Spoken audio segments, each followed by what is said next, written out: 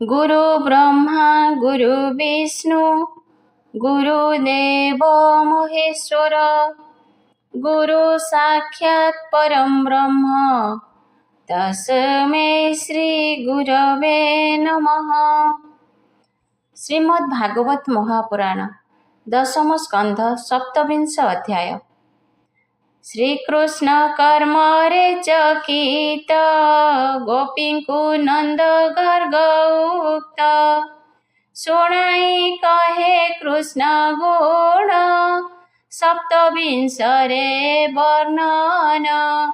श्रीशुक उवाच शुण पांडव चूड़ामणि नंदनंदन कर्म वाणी गोपी गोपाळे रुंड होई कहती नंदंकु बसाई मनुष्य नुहे तो बालक एहार कर्म मान देख केउ देवता गोप्य होई जन्म होइला देह बही आंभर वंशे जात होई एमंत देखिला तो नाही।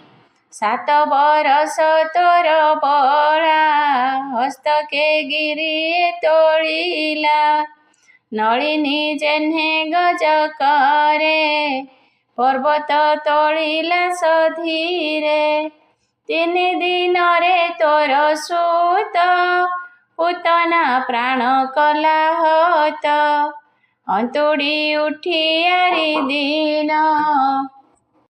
सकट भांगी कला चूर्ण दिनेक द्वारे बसी थिला तृणावर्त जे हरि नेला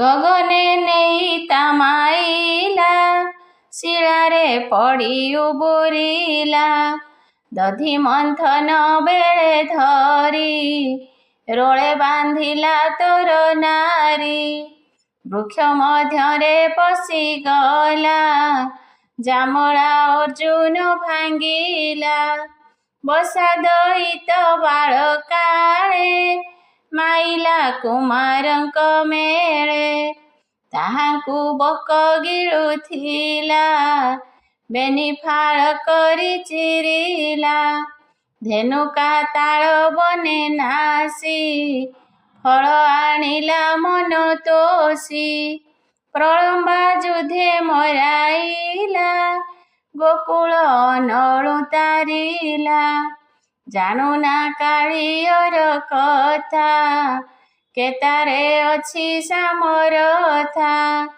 हेळे गंजिला तार बळ अमृत कला विष जल लोचने तार मुख चाही गोपी गोपाळ हेउ बाई आंभर बड़ई मुहास बाळके न छाड़ती पास एबे तोळिला गिरिवर 7 बरस तो कुमर आंभे पाइलु मने शंका नंद तू गोपे थाओ एका किए असुर तोर कोळे आम्भंकु गिळी बसे पळाई जीवु तोर पुरु तोर सुतकु आंभे डरु नंद बोइला ताहा शुणी गोप वचन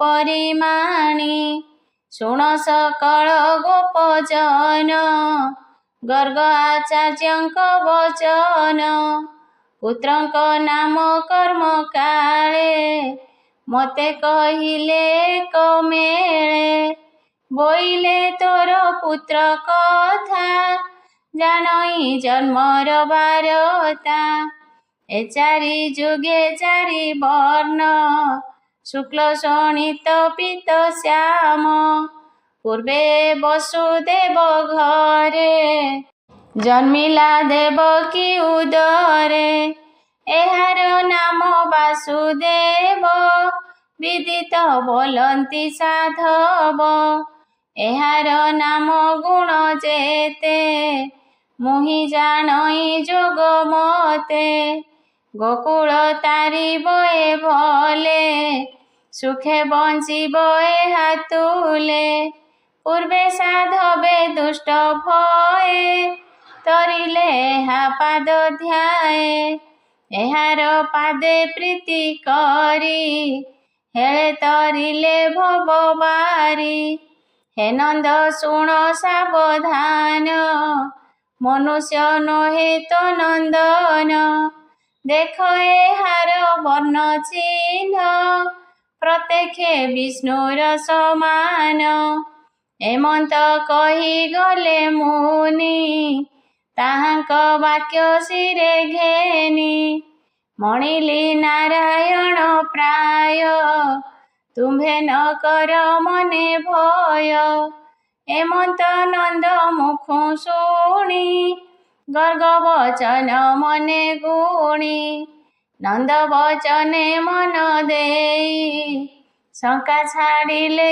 କୃଷ୍ଣ ଚାହିଁ ଆନନ୍ଦେ ଆଲିଙ୍ଗନ କରି ମାୟା ମୋହିଲେ ନର ହରି ଗୋପାଳେ ହୋଇଲେ ହରସ କୃଷ୍ଣକୁ ଚାହିଁ ହସ ହସ ଆନନ୍ଦେ ଶିରେ କର ଦେଇ ବୋଲନ୍ତି କୃଷ୍ଣ ତ୍ରାହି ତ୍ରାହି ବାସବ ତ୍ରାସୁ ଯେ ତାରିଲା ପର୍ବତ କରେ ଉପାଡ଼ିଲା ସେ ଆମ୍ଭ ରଖୁ ସର୍ବକାଳେ ଗୋରୁ ଗୋପାଳ ଏକ ମେଳେ ଶରଣ ଗଲୁ ତାର ପାଦେ ଗୋପାଳେ ବୋଲନ୍ତି ଆନନ୍ଦେ କହଇ ବିପ୍ର ଜଗନ୍ନାଥ ଗୀତ ପ୍ରବନ୍ଧେ ଭାଗବତ ହରିଚରିତ ସୁଧା ବାରି ଶ୍ରୁତି ଯୁଗଳେ ପାନ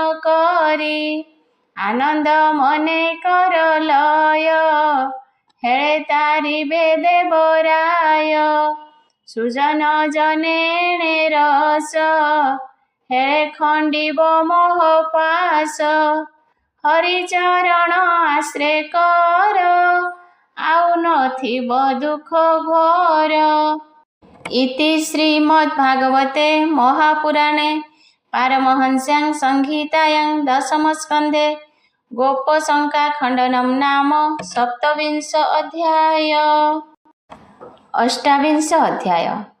ଅଷ୍ଟାବିଂଶରେ କୃଷ୍ଣ ବଳ ଦେଖି ସୁରଭି ସୁନାସିର ତାହାଙ୍କୁ ଅଭିଷେକ କଲେ ଗୋବିନ୍ଦ ନାମ ଦେଇଗଲେ ଶ୍ରୀ ଶୁକ ଉବାଚ ବ୍ୟାସନନ୍ଦନ ହରଷିତ ବୋଲନ୍ତି ଶୁଣ ନରନାଥ କୃଷ୍ଣଙ୍କୁ କରି ଅପରାଧ ଇନ୍ଦ୍ର ପାଇଲା ମନେ ଖେଦ ଭାଳଇ ମନର ବିଷାଦେ ଦ୍ରୋହ ଯେ କଲି ପଦ୍ମ ପାଦେ ଅଜ୍ଞାନେ ହୋଇଲି ମୁଁ ବାଇ ଆଉ ସମ୍ପଦ ମୋର କାଇଁ ନିଶ୍ଚୟ ହୋଇଲା ମରଣ କାହାରେ ପଶିବି ଶରଣ ଯାହାର ମହିମା ଅନନ୍ତ ଉଦରେ ଅଛଇ ଜଗତ ତାରେ ବୈରୀ ପଣ କରି କେଅ ବା ଥିବ ଦେହ ଧରି କି ବୁଦ୍ଧି କରିବ ଆଜ ଭଏ କମ୍ପଇ ସୁରରାଜ ସୁରଭି ଇନ୍ଦ୍ରପୁରେ ଥିଲା ଇନ୍ଦ୍ରର ରୋଦନ ଶୁଣିଲା ବୋଲ ଇନ୍ଦ୍ର ମୁଖ ଚାହିଁ ରୋଦନ କରୁ କାହିଁ ପାଇଁ କୃଷ୍ଣରେ କଲୁ ଅପରାଧ ଯେ ତୋତେ ଦେଇଛି ସମ୍ପଦ ଅଜ୍ଞାନ ମତି ବୁଦ୍ଧି ଭୋଳେ ଦ୍ରୋହ ଯେ କଲୁ ପାଦ ତଳେ ମହିମା ନ ଜାଣୁ ତାହାର ଅଶେଷ ବ୍ରହ୍ମାଣ୍ଡ ଠାକୁର ଦାସ ବଛଳ ପାଦ ଯୁଗେ ଶରଣ ପଶ ଯାଇ ବେଗେ ତୋର ରକ୍ଷକ କେହି ନାହିଁ ବିଶ୍ୱ ସଂସାରେ ଦେହ ବହି। ଶୋକ ସଂଘରି ଦେବରାଏ, ଶରଣ ପଶ କୃଷ୍ଣ ପାଏ।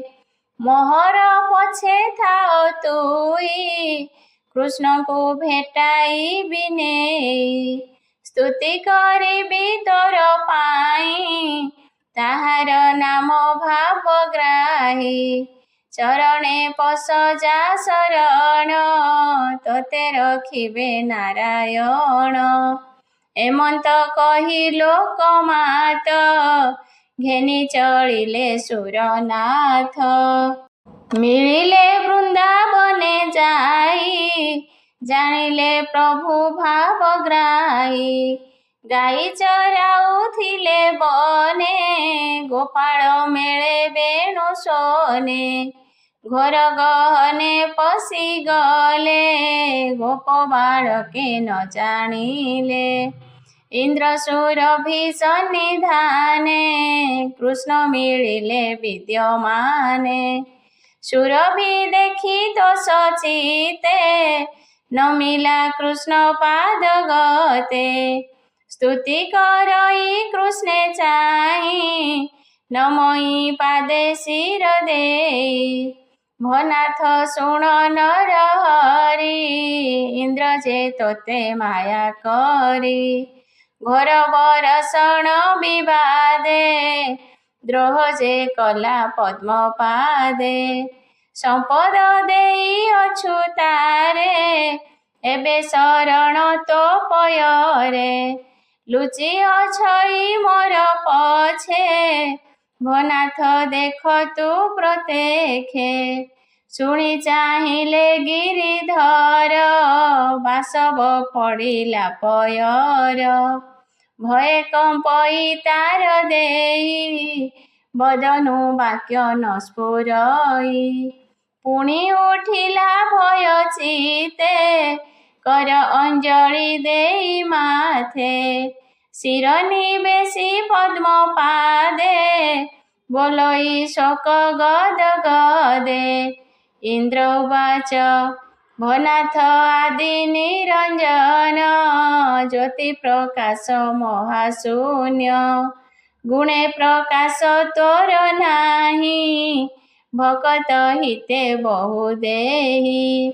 ମାୟା ମୋହିତ ଭବ ଜଳେ, ତୋର ବିହାର ଯୋଗ ବଳେ। ଲୋଭର ମୂଳେ ଷଢ଼ରି, ତୋହର ମହିମା ପରି। ନିରତେ ଭ୍ରମାନ୍ତି ଶୟଳେ, ତୋହର ମାୟା ଚକ୍ର ବଳେ। ଜଗତ ହୋଏ ଆତଯାତ, ତୋହର ମାୟାରେ ଅନନ୍ତ। ତୁହି ସେ ମାୟାକୁ ଆବୋରି, ଶରୀର ବହୁ ନରହରି।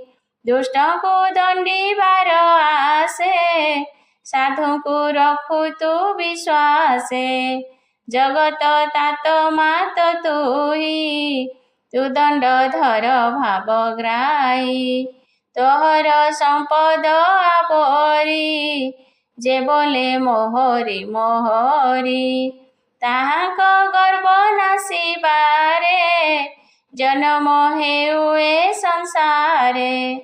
ମୋହର ପ୍ରାୟ ଜ୍ଞାନ ହାରି, ଯେ ତୋର ସମ୍ପଦ ଆବୋରି।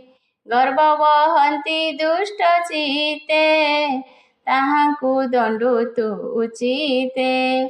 ଗର୍ବ ଗଞ୍ଜନ ତୋର ଦେଖି, ଭୟେ ମୁଦ୍ରିତ ବେନି ଆଖି।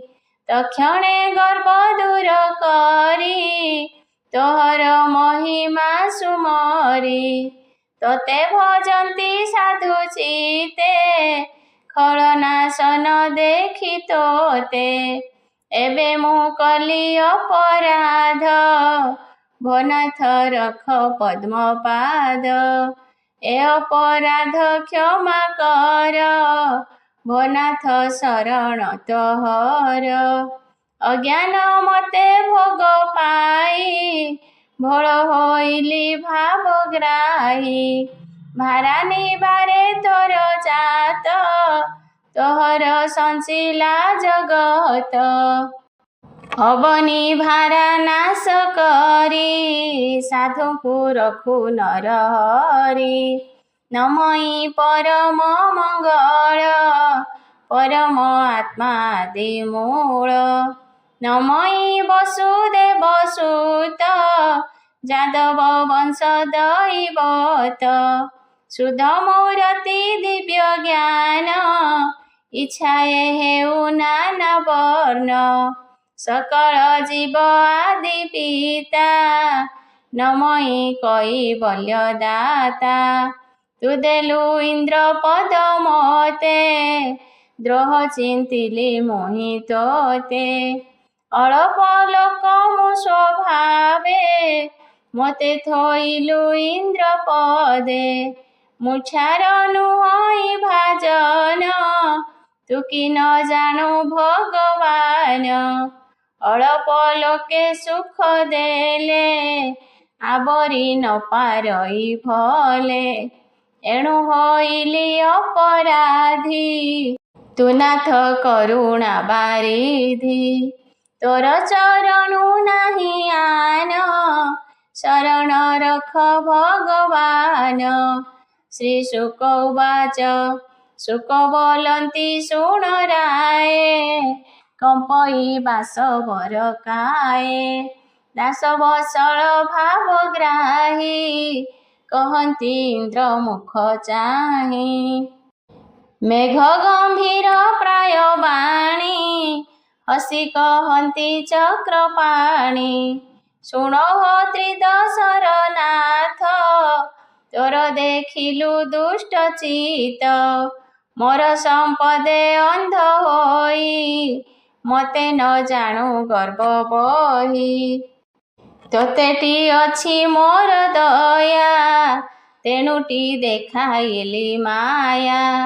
ଭାଙ୍ଗିଲି ତୋର ଯଜ୍ଞ କର୍ମ ତୁ ଯେଣୁ ହେଲୁ ମତି ଭ୍ରମ।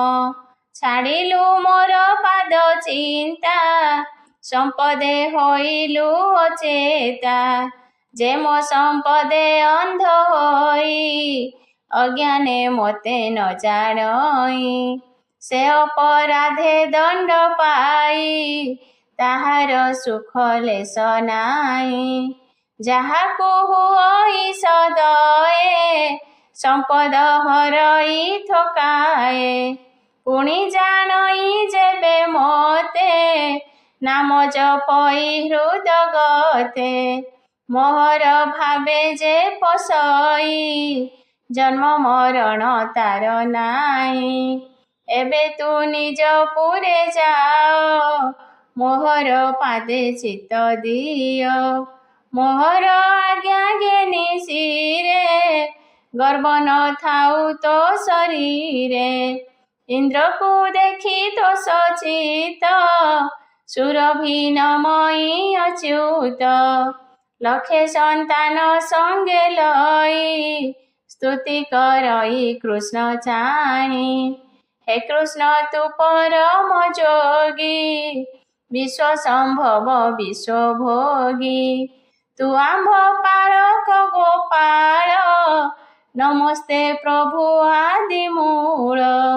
ଆମ୍ଭର ଇନ୍ଦ୍ରନାଥ ତୁଇ ତୋ ପାଦୁ ଅନ୍ୟ ଗତି ନାହିଁ।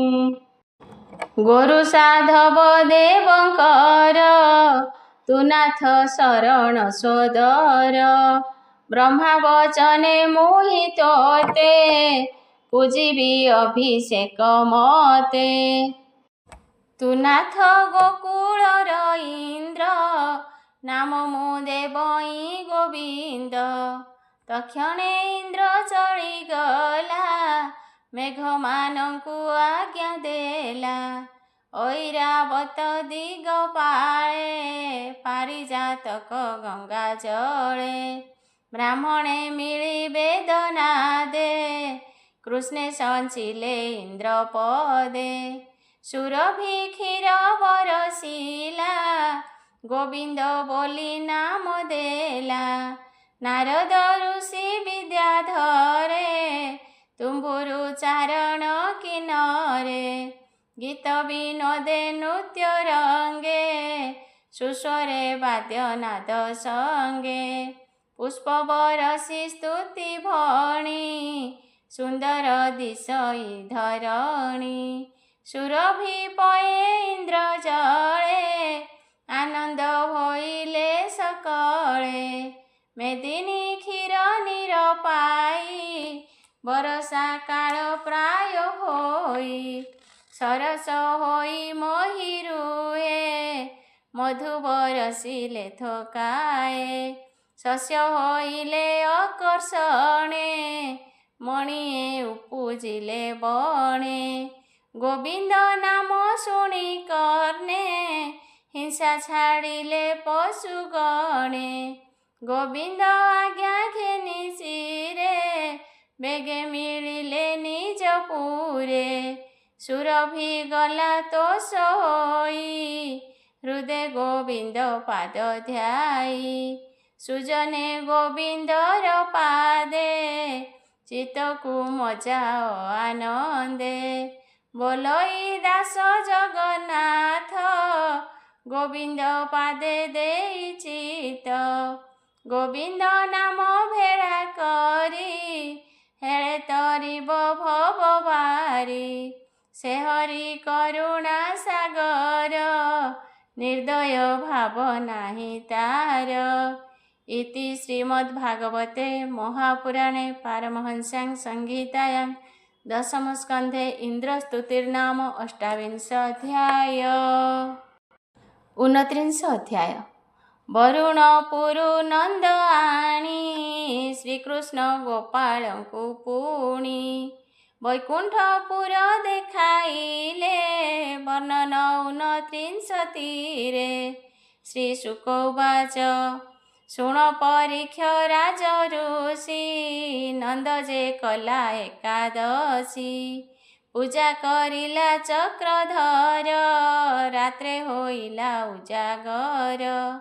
ଉଛୁର ପାରଣାର ବେଳା, ଯମୁନା ରାତ୍ର ଥାଉଁ ଗଲା। ବରୁଣ ରାଜା ତାହା ଜାଣି, ଦୂତ ପେଶିଲା ପରିମାଣି। ବୋଇଲା ଆଣ ହୋ ନନ୍ଦକୁ, ଏଠାରେ ଦେଖିବା କୃଷ୍ଣଙ୍କୁ। ଆଜ୍ଞା ପ୍ରମାଣେ ଦୂତେ ଗଲେ, କାଳିନ୍ଦୀ ଜଳେ ଲୁଚିଥିଲେ। ନନ୍ଦ ପଶିଲା ଯାଇ ଜଳେ, ବିଷ୍ଣୁ ସୁମରି ସ୍ନାନ କାଳେ। ନନ୍ଦଙ୍କୁ ଧରିବେ ନିକରେ, ମିଳିଲେ ବରୁଣ ନବରେ। ଦେଖି ବରୁଣ ତୋଷ ହୋଇ, ନନ୍ଦଙ୍କୁ ଆସନେ ବସାଇ। ବୋଲଇ ନିସ୍ତରିଲି ଆଜ, ଏବେ ଦେଖିବି ଦେବରାଜ। ନନ୍ଦକୁ ନ ଦେଖି ଗୋପାଳେ, କାଳିନ୍ଦୀ ନିକଟେ ମିଳିଲେ। ସ୍ନାନ ଶକୁନ ଦେଖି କୂଳେ, ଖୋଜନ୍ତି ରହି ଜଳସ୍ଥଳେ। ନ ଦେଖି ଅତି ଶୋକ ଭରେ, କହିଲେ ଗୋବିନ୍ଦ ଛାମୁରେ। ଶୁଣି ଚକିତ ଭାବଗ୍ରାହୀ, ବୋଲନ୍ତି ରାମଙ୍କୁ ଅନାଇ। ପିତାଙ୍କୁ ନେଇଛି ବରୁଣ, ପୂଜିବ ମୋହର ଚରଣ। ତୁ ସ୍ୱାମୀ ଥାଅ ନିଜ ପୁରେ, କହି ଚଳିଲେ କୃଷ୍ଣ ଖରେ। ବରୁଣପୁରେ ଦଇତାରି, ମିଳିଲେ ନିଜ ରୂପ ଧରି। ଦେଖି ସାନନ୍ଦ ଜଳ ରାଜା, କୃଷ୍ଣ ଚରଣେ କଲା ପୂଜା। ବିବିଧ ମତେ ଉପହାର, ଜାଣଇ ପୂଜାର ବ୍ୟବହାର। ପୁଣି ପଡ଼ିଲା କୃଷ୍ଣ ପାଦେ, ବୋଲଇ ଶୋକ ଗଦ ଗଦେ। ଆଜ ଜୀବନ ମୋର ଧନ୍ୟ, ଦେଖିଲି ପ୍ରଭୁ ନିରଞ୍ଜନ। ସୁତ କୁଟୁମ୍ବ ଘର ଦ୍ୱାର, ପବିତ୍ର ହୋଇଲା ମୋହର। ଯାହାର ପାଦରଜ ପାଇ, ଜନ୍ମ ମରଣ ଭୟ ନାହିଁ। ବ୍ରହ୍ମା ଶଙ୍କର ଯାର ନିତ୍ୟେ, ନାମ ଜପନ୍ତି ହୃଦଗତେ। ତୋହର ପାଦେ ଧ୍ୟାନ କରି ସୁଖେ ତରନ୍ତି ଭବ ବାରି। ଭୋନାଥ ଗର୍ବ ବହି ମୁହିଁ ତୋହର ପିତାଙ୍କୁ ଅଣାଇ। ତୋତେ ଦେଖିବା ମୋର ସଧ ଭୋନାଥ କଲି ଅପରାଧ। କ୍ଷମା ସାଗର ନରହରି ଶରଣ ପଞ୍ଜର ମୁରାରି। ଏମନ୍ତ କହି ଜଳପତି ନନ୍ଦଙ୍କୁ ଆଣିଲା ତଡ଼ତି। ବୋଲଇ ଶିରେ ଦେଇ କର ଭୋନାଥ ନିୟତ ପିୟର। ବରୁଣ ଭାବ ହୃଦେ ଘେନି ଦାସ ବସଳ ଅନ୍ତର୍ଯାମୀ। ନନ୍ଦର କରେ ଦେଇ ହସ୍ତ ଗୋପେ ମିଳିଲେ ଗୋପୀନାଥ। ଗୋପାଳେ ହୋଇଲେ ହରସ ଆସି ମିଳିଲେ ନନ୍ଦ ପାଶ। ବୋଲନ୍ତି ବରୁଣ ଯେ ନେଲା କୃଷ୍ଣଙ୍କୁ ଦେଖି ଛାଡ଼ିଦେଲା। ନୋହିଲେ ମରନ୍ତା ପିୟର ଭାଗ୍ୟ ଦିଶିଲା ଗୋପପୁର। ନନ୍ଦ ଆନନ୍ଦ ମନ ହୋଇ ବୋଲଇ ଗୋପାଳଙ୍କୁ ଚାହିଁ। ଦେଖିଲି ବରୁଣ ଭୁବନ ନିର୍ମଳ ହୋଇଲା ନୟନ। ଗୋପାଳେ ବୋଲନ୍ତି ତା ଶୁଣି ନନ୍ଦ ବଚନ ମନେ ଗୁଣି। ତୁ ଭାଗ୍ୟବନ୍ତ ଗୋପବୀର ଚାର କୁମର ଦାମୋଦର। ଆମ୍ଭେ ଦେଖିବୁ ତାହା କାହିଁ ମର୍ତ୍ତେ ମାନବ ଦେହ ବହି। ଆମ୍ଭର ଗତି ତୋ କୁମର ଗୋକୁଳ ଶରଣ ତାହାର। ଗୋପଙ୍କ ମନ କୃଷ୍ଣ ଜାଣି ମାୟା ମୋହିଲେ ଚକ୍ରପାଣି। ବୋଲନ୍ତି ଜୀବର ବେଭାର ଭ୍ରମଇ ମାୟା ଜଡ଼ ଘୋର। ଆପଣା ଗତି ନ ଜାଣଇ ନାନା ଯୋନିରେ ଦେହ ବହି। ଗୋପେ ମୋ ସଙ୍ଗେ ଭାବ କଲେ ଏହାଙ୍କୁ ଦେଖାଇବି ବେଳେ। ତକ୍ଷଣେ ଦେଖାଇଲେ ନେଇ ବରୁଣପୁର ଭାବଗ୍ରାହୀ। ପୁଣି ଦେଖାଇ ନିଜ ପୁର ଯେ ବୈକୁଣ୍ଠର ବେଭାର। ଅନନ୍ତ ସତ୍ୟ ଜ୍ଞାନ ଜ୍ୟୋତି ବ୍ରହ୍ମା ଶଙ୍କର ଯାହା ଚିନ୍ତି।